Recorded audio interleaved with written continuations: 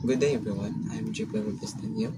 Our report for today is new and emerging methods of food processing. First, pulse technology is a non-thermal food preservation method that involves the use of short electricity pulse for microbial inactivation while imposing minimal determinant influence on food quality. This technology has the major advantage to provide high-quality foods to the consumer. Pulse technology kay usa ka paagi para dili madaot ang pagkaon nga dili init. Ang gigamit dili kay paspas nga pitik sa kuryente para patyon ang gagmay nga mga bakterya nga naa sa pagkaon.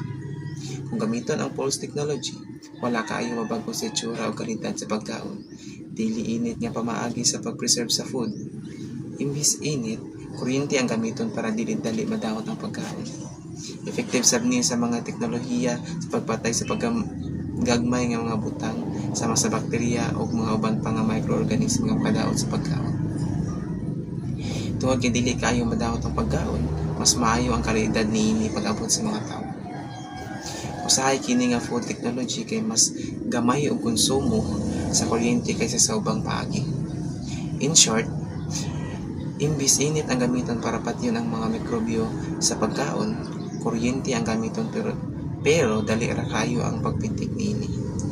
Mao nga ang pagkaon dili kayo mausab ang lami, sustansya ug ang itsura sa pagkaon. Ang mas maayo ang pagkaon nga atong makaon. Mao ni ang example sa pulse technology. Ang pangkaduha, ang ultrasound.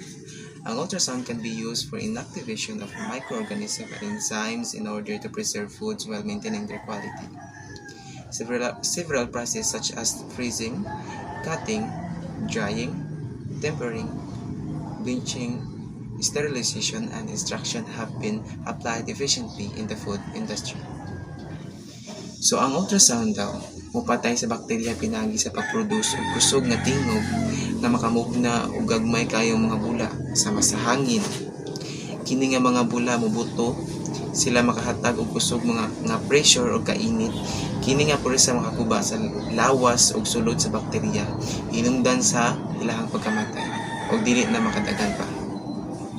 Daghay mga proseso sa pagkaon ang gamit na niini, sama sa freezing, pagpayelo, cutting, paghiwa, tempering, pagpahumok, sterilization, pagpatay sa mga mikrobyo o mga bakterya.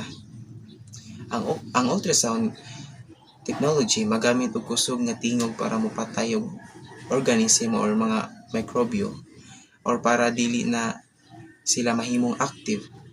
Ang ultrasound ginagamit para sa pagpatay sa mga mikrobyo o pagpugong sa mga enzymes, mas dugay modunot ang pagkaon or madaot ang pagkaon. Mahimong mas maayo ang texture, mga itsura sa pagkaon, ug uban pang mga kinaiya sa pagkaon. Pinaagi sa pagpatay sa pagkadaot nga mga mikrobyo, mas luwas kanon ang pagkaon.